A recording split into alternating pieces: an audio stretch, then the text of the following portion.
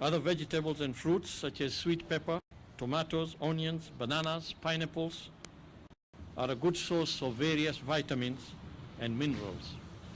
Let us take advantage of the fruits and vegetables, particularly during this season, now that they are available. Other antioxidants that are important in boosting immunity include, for example, vitamin E. The major dietary sources of vitamin E include vegetable and fish oils, nuts, seeds, spinach, and broccoli. Another beneficial vitamin is vitamin D, which reduces the risks of several non-communicable diseases such as cancer, cardiovascular disease, diabetes mellitus, and hypertension. Non-communicable diseases significantly increase the risk of death from respiratory tract infections such as Covid-19. And a good source of vitamin D is sunlight, which our country, being in the tropics, is blessed with all year round. So please spend some time outdoors each day to soak in sunlight and generate the vitamin D that your body requires. Foods containing vitamin D include fish, liver, egg yolk, and foods that are fortified with vitamin D. Ladies and gentlemen, I urge all of us to adopt healthy lifestyles by reducing consumption of highly refined, processed foods, sweets, sugar-sweetened and flavored drinks or beverages, which all have high amounts of unhealthy fats, sugar, and salt. 2, avoiding smoking and consumption of alcohol. And 3, engaging in regular physical activity. Moderate intensity exercise has immune boosting benefits that helps our bodies fight infections, including COVID-19. Adults should aim at 30 to 60 minutes of physical activity for at least 5 days every week. I have noted the many questions in social media inquiring on nutrition management of COVID-19 symptoms. Mild symptoms including coughing, lack of appetite, early satiety, and fatigue can be managed by taking warm fluids regularly throughout the day. It can also be managed by eating small, frequent meals rich in nutrients. Eating preferred nutritious meals or snacks, increasing the intake of fruits, seeds, and nuts, in addition to a healthy diet. However, if one is undernourished, overweight, or obese, or unable to eat as a result of disease, its symptoms, or other existing comorbidities, they are advised to seek health care from a healthcare provider for more specialized and individualized nutrition and dietetics care. We have spent quite a bit of time talking about diet and the need for a healthy diet, and that is because of its importance and one of the ways in which we can defend ourselves against any infection is to ensure that we are eating right and eating the right food. Let me move now to today's update on COVID-19 statistics. Today we report 788 people who have tested positive following the testing of 5,521 samples. This now brings the number of positive cases to this brings the number of positive cases pushing our cumulative tests to 295,280. That's the number of cumulative tests we have conducted so far. Amongst these 788 cases of today, 785 are Kenyans, while 3 are foreigners. 475 are male, 313 are female. The youngest is 1 year old, while the oldest is 89 years old. The counties that have registered the largest number of positives, led by Nairobi County with 487 cases, Kiambu 86, Nakuru 34, Kajiado 26, Mombasa 25, Machakos 21, Busia 20, Narok 14, Bomet 9, and several other counties in single digit, which you'll find in the brief when you receive it. The cases in terms of sub-counties are distributed as follows, and I will read out for the first 2 or 3 counties that recorded the largest numbers. Nairobi, with 487 cases, had 58 cases in Langata, 50 in Westlands, 42 in Dagoretti North, 39 in Embakasi East, 34 in Makadara, 32 Embakasi South, 32 Starehe, 30 in Embakasi West, 29 Roysambu, 28 in Kasarani, 19 in Ruaraka, 19 in Kibra, 19 in Dagoretti South, 18 in Embakasi North, 14 in Embakasi Central, 14 in Kamkunji, and 10 in Mathare. Kiambu's 86 cases came from Thika, 19, Ruiru 13, Kiambaa 13, Kiambu Town 10, Kikuyu 8, Juja 7, Lari, Limuru, and Kabete 4 cases each, Gatundu North and Githunguri 2 cases each. Nakuru's 34 cases come from Naivasha, 21, Nakuru West 12, and Nakuru East 1. I think the rest I will allow you to read it from the document once we present it to you. On a positive note, 100 patients have recovered from the disease. From this number, 8 are from the home-based care program, and 92 have been discharged from various health facilities, bringing the total number of recoveries to 8,121. And again, we want to take this opportunity to thank our healthcare workers for the great work they're doing out there. At the same time, and unfortunately, we report also the loss of 14 Kenyans who have succumbed to this disease, bringing the total number of fatalities to 235. And we want to take this opportunity to send our deep-felt condolences to the families and friends of those who have lost their loved ones over the last 24 hours and over the course of this pandemic in the country. I'll stop there, and I want to thank you. And I want to now invite CS Macharia to make a statement that he wishes to share. CS Macharia.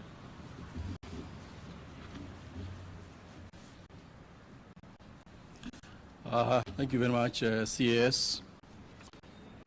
I'm here to give an update on the transportation sector.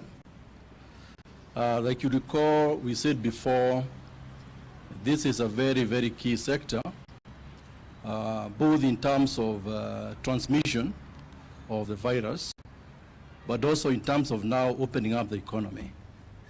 And so we thought it's important to update Kenyans as to where we are with regard to this particular key sector. I think you recall there were 3 areas we looked at before. The first one was the overland transport in terms of buses, which, if you recall, we managed to open up around the 6th of July this year. Then there was the issue about domestic flights, which, after getting approvals by the president and after doing the necessary protocols, we managed to open up the domestic flights on the 15th of this month of July. And then there was Madaraka Express, which, as you recall, connects Nairobi to Mombasa. and this was reopened on the 20th of July this year. So what has been remaining until now has been the international flights, which many of us Kenyans, many of the international visitors have been looking forward to this. You recall when the president did announce, he did say that domestic flights will be reopened on the 15th of July, but the international flights would wait until the 1st of August, which is 2 days from now. We decided to start with the domestic flights to give ourselves some learning curve so that we learn what needs to be done, what needs to be improved to make sure that when we go for international flights, we shall be indeed very ready to do so. And so today I'd like to read a communique specifically targeting the international flights. This communique is on the resumption of international air travel on 1st of August 2020. His Excellency the President of the Republic of Kenya directed that international air travel would resume on the 1st of August 2020 and instructed the Ministry of Transport, Infrastructure, Housing, Urban Development and Public Works to develop a protocol to ensure the safety of the travelers. I would like to report that this protocol was completed by a multi-agency team and duly approved ultimately by the CS of Health on the 14th of July. The ministry, in consultation with relevant stakeholders, prepared a protocol for air travel operations during COVID-19 public health crisis. The protocol seeks to provide guidelines to ensure that air travel remains safe during the pandemic for both domestic and international flights. The protocol recognizes that the adverse impacts of the COVID-19 pandemic have been experienced in most sectors of the economy, and the aviation industry is amongst the most impacted. The protocol has therefore confirmed as follows. 1, all arriving passengers on international flights with a PCR-based COVID-19 negative certificate whose body temperature is not above 37.5 degrees Celsius and do not have a persistent cough, difficulty in breathing, or other flu-like symptoms, and have been tested 96 hours before travel, shall be exempt from quarantine. Let me say this is not a blanket approval, and so we do have initially a list of countries from which passengers will be allowed. This will be a list which will be reviewed on an ongoing basis, because you know this issue about COVID is not static. It gets better, it gets worse. So whereas we have an initial list here, by tomorrow we shall review that list, depending on circumstances on the ground when we do the global mapping of the threat and intensity of the coronavirus. But for a start, these countries which I'm going to mention here will be the initial list from which we shall be allowing passengers to come from. 1, China, South Korea, Japan, Canada, Zimbabwe, Ethiopia, Switzerland, Rwanda, Uganda, Namibia, and Morocco. These countries are the countries with mild or limited community transmission, all they have declining incidences. And these are the ones initially we shall be allowing passengers to come from. In terms of the protocol, number 2 of what we are going to highlight, for passengers, for those passengers traveling out of the country, meaning you and me, they'll be required to abide by the particular travel, health, and COVID-19 related requirements of the destination country. So before you travel, make sure that you know where you're going, what that country expects. We also like to put some heavy responsibility on the airlines. Before you board your passengers, just like you check on the visa requirements, just make sure that your passengers comply with the requirements of where they are going. Number 3, passengers are arriving on flights after the curfew with a valid air ticket and boarding pass shall be allowed to proceed to their hotels or residences. Number 4, drivers of those passengers should have evidence that they came from the airport to drop or pick up passengers. Number 5, passengers departing on flights after curfew and with a valid air ticket and boarding pass shall be allowed to proceed to their destination or their departure airport. 6, air operators shall provide guidance material to passengers regarding application of the preventive measures on board. Number 7, where physical distancing cannot be guaranteed because of the seat configuration or other operational constraints, the crew members will make constant on-board announcements reminding passengers to adhere at all times to all the other preventive measures, including strict hand hygiene and respiratory etiquette, and should wear surgical face masks.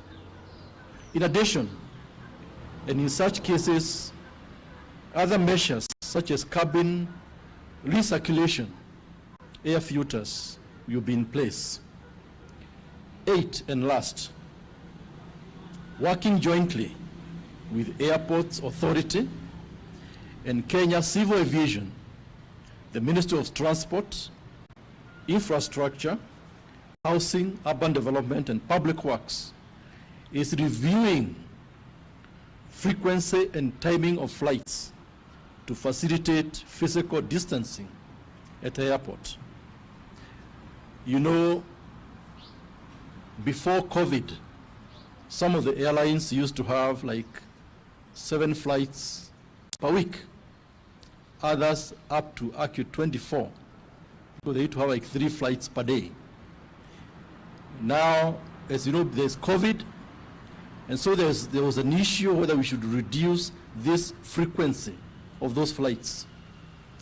But what we know is that initially the numbers of people traveling will be quite low. So we shall be reviewing in the first week to see how many flights are getting to Nairobi or Mombasa or Kisumu or Eldoret, and then we shall take the appropriate measures. Before I conclude, let me say, these measures we are taking today, or these announcements we are making today, in terms of opening up the international airspace, it should have huge positive impact in terms of tourism. You are aware tourism employs at least 1.6 million Kenyans. And so we believe this is timely in terms of opening up the economy. Secondly, you know, Nairobi is an investment hub, not just for East Africa, but the entire region. And so we shall have investors We shall have business people now having to travel to Nairobi to be able to do their business. And of course, trade. You are aware, like Kenya Airways, although they don't have many freighters, planes which carry cargo, they do carry a lot of cargo in the passenger flights. In the belly of, for example, the 787 aircraft, they can carry up to 40 tons of fresh produce. So by opening up the airspace, we should see not just a passenger travel benefiting, but also in terms of cargo, which will bring more business and more employment to our country. We never stopped cargo flights, so what we are doing now is to augment what we've done before. And so we expect going forward, subject to certain conditions, subject to airlines following the protocols required, we expect to see a positive impact in terms of the economic development of our country. Thank you very much. Thank you very much, Waziri. I think we will now allow the media to pause, and I would want to request kindly, because of time constraint, that we restrain ourselves to at least just 3 questions that are directed to the statement that CS Macharia has made or the one from the Ministry of Health. 3 questions, please. So.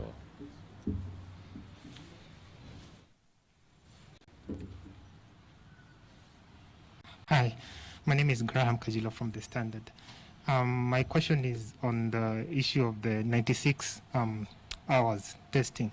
You said that these people will not be put on quarantine. So does it mean if someone else comes out of that window, they'll have to be put on quarantine?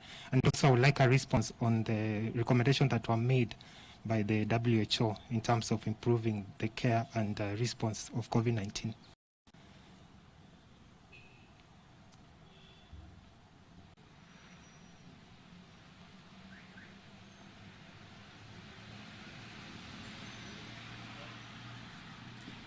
My name is David Mudhoka from TV47.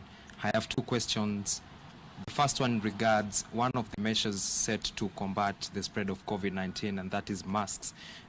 With the government now requiring almost every Kenyan to put on masks in public places, we have seen growth in varieties of masks, some of which the ability now to contain, or rather to keep the virus at bay, remains questionable. What is the ministry's comment on even masks made of cloth, made of cotton, made of sponge in combating COVID-19? Then the second question is about home-based care. How many people now do we have on home-based care? And how many people even are in our hospitals receiving treatment? And what is the condition? What is the state of our isolation centers?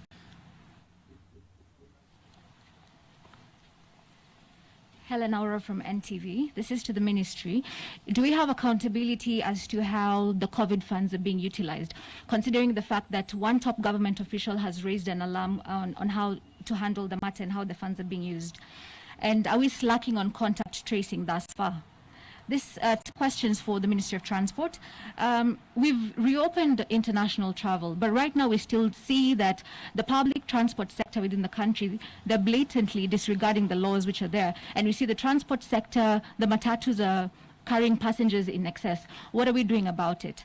And you said for those arriving past curfew hours, you have to have a document showing that for you to be allowed in due past curfew. So is this going to be a special document issued by the government, or are you just going to show the during the roadblocks, will you just show your travel passes considering that you've come into the country? Kindly expound on that. Okay, so there are 2 questions for you, Waziri. I think the first one and the last Yes. one, so allow you to respond to that. Okay, let me start with the first one, where I think the gentleman asked about if somebody takes the test before the 96 hours, what will happen when they get here? Will they be quarantined or not? I think the answer to that is that they'll not be allowed to travel in the first place, because by the time you board, the requirement is very clear. you have to show the COVID-free certificate done through the PCR testing process, and whoever is allowing you to board must check when that test was done. If it was done before the 96 hours, then of course you will not be allowed to board. And therefore, the question of quarantine here will not arise. Let me also answer the last one, which was asked about the public transport by NTV. Yes, obviously this is a matter of concern, and that's why we have asked the law enforcement agencies to do what they can to make sure that those breaking the law or breaking the requirements which have been put in place, they are put in the right place. So this is a matter which we are taking very seriously. I know in terms of the numbers which these buses are supposed to carry, it's very clear. We have engaged the stakeholders. They know what is required. For example, they know you have to have a certificate which is co-signed by the Ministry of Health, but also with the county commissioner himself. And so that certification has to continue. And during the checkups, during roadblocks, we shall be checking through the law enforcement agencies that indeed those public buses are not breaking the law. The issue about curfew, what document? I think we did say that they do not require a special document, whether you're flying out or flying in. If you're flying in or flying out, you must have either a ticket or a boarding pass. Nobody flies without any of those two. And so those two will suffice. We not require to get additional document to prove you're flying in or you're flying out. The boarding pass or the air ticket will suffice. Thank you. Thank you, Aziri. Question on masks and the different types of masks. Indeed, yes, there are many different types of masks, and you find people even amongst us here wearing different types of masks. And each of these masks has a role in terms of when it should be used. The most and best effective mask is called the N95 mask, or the high particulate mask. That is a mask that has a very high level of restricting anything getting through or getting out. And that one is reserved primarily for circumstances where there is very, very close high-risk areas, for example, frontline healthcare workers working, attending to patients who are either in ICU or in the wards who are COVID positive. Those are the types of masks you use in those circumstances, the N95. When we put out the regulation that we require people to wear masks in the public, the surgical mask, which is these blue ones we're working, are well and fine. They are also fairly cheap and affordable, and they can protect one from inhaling any of those particles. But masks should not be seen in isolation. Wearing a mask alone is not sufficient to protect you. Coupling wearing of the mask with maintaining the distance is the key thing. So if you're wearing a mask, even sometimes the N95, and you are very, very close to a person who is shedding the virus for long periods of time, there is a chance that you could get infected.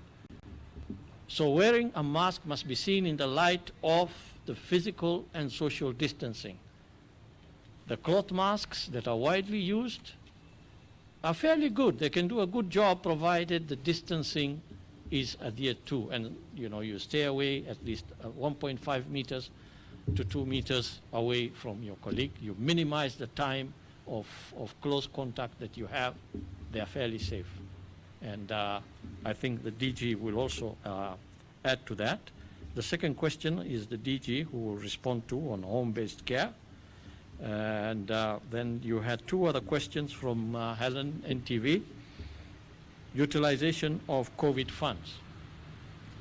I think I can't respond to that any more than simply say that government systems have a way of monitoring utilization of funds.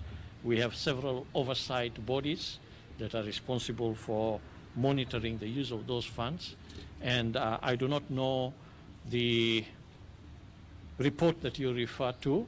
I haven't seen that article, but I think we will leave it to the proper agencies to answer that question and pose that question if they so feel that there is a need to do so. Regarding contact tracing, I think the DG will have one or two things to say on that as well. DG, I push it. Hand over to you.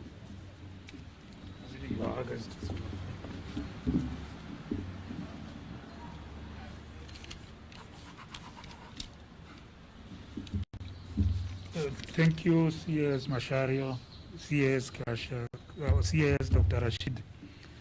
I would start with additional information on the masks. I think we have standards for the surgical masks that are developed through various agencies internationally. But now that the cloth masks are also in fashion, we are working with Kenya Bureau of Standards to ensure that we have at least a semblance of standard, even if it is for our own local use. In terms of home-based care, basically home-based care is taking care of a sick person who is relatively stable in a home environment under the supervision of a trained healthcare worker. And this is a platform that we have used previously. As at to date, we have released more than 3,500 people who have undergone home-based care for COVID-19. And thus far, we have not registered any death of any case from home-based care. This is because of the stringent parameters that we put in place following customization of the guidelines that we received from WHO, and because home-based care is 9 times cheaper than institutional care, we will still continue to espouse this platform for management of COVID-19, more so because close to 90% of our cases are symptomatic and therefore don't require institutional care. So home-based care will continue to be a platform that we really focus on. I know we'll have challenges in terms of reporting because home-based care therefore means reporting has to come at the household level, and for the community health volunteers to move from household to household to collect this information, bring it to the facility before it is collected at the county health management team level, before bringing it to our level, then we'll be able to take time. But because of the additional savings that will accrue from home-based care, it is a platform that will continue to espouse, not only through community health volunteers, but also individual members of the household. Because if the cases surge beyond a certain capacity, especially in counties which don't have well-established community health units, then it will be up to the individual members of the household to be able to support the home-based care program for relatives and friends who are affected. In terms of contact tracing, yes, the pandemic as it were in Kenya now, counties at our various stages of the pandemic, which is normally divided into 4 phases, like Nairobi is in phase 3, phase 4, where we have widespread community transmission. When you have widespread community transmission, it's very difficult to link a case to a contact. And because contact tracing is such an intensive process that requires a lot of resources going down, then it makes business sense to invest more in contact tracing.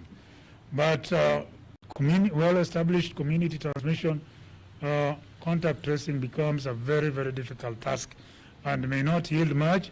But that notwithstanding, you still don't give up on it altogether. You continue to try and map cases with contacts. Where you cannot be able to match, then you go to trying to shield areas which have not reported cases and shielding the vulnerable. Remember when he started contact tracing, we could even trace up to 4th generation. Like Kilifi, we had the primary person, the secondary contact, the tertiary contacts who are contacts of the secondary contact, and then the quaternary contacts who are contacts of the tertiary contact. That is not practical to be able to do in Nairobi as the disease evolves. In terms of the number of cases, today we have 1,275 Kenyans admitted in various hospitals throughout the Republic. Out of these, 56 are in ICU setting. 34 are on ventilator support, meaning that the machine is breathing on their behalf because they have a serious COVID infection and their lungs are not functioning optimally. And then 20 are on supplemental oxygen support, meaning they are in ICU, but with additional oxygen we give them, they can be able to maintain their saturation and provide enough oxygen for their bodies to function optimally. 2 are on observation in ICU, meaning they have come from the very critical to oxygen supplementation, but basically we are just observing them to see whether they can now move from ICU to HDU and the ordinary ward. Of note, of course, is what was really reported, 14 deaths. For the first time since we started reporting mortalities, today we have reported 9 people who have died without coexisting comorbidities. And only 5 had coexisting comorbidities like hypertension, diabetes. So this tells us that the disease is assuming a different kind of effect on our population. And this is more the reason that we need to take these measures very, very seriously. These people who are dying without comorbidities are younger people in their very productive age group, and that is why we continue to appeal to the youth to ensure that they take these measures that we continue to articulate very, very seriously, especially physical distancing and avoiding congregating, ensuring that they wash their hands, and of course proper use of the masks. These numbers are likely to increase as we head towards our peak, which could be anywhere between late August, September to October. We are still doing the projections again based on the mobility pattern and also the kind of cases that we see on a day-to-day basis, and we'll be able to share this information with you going forward. I thank you.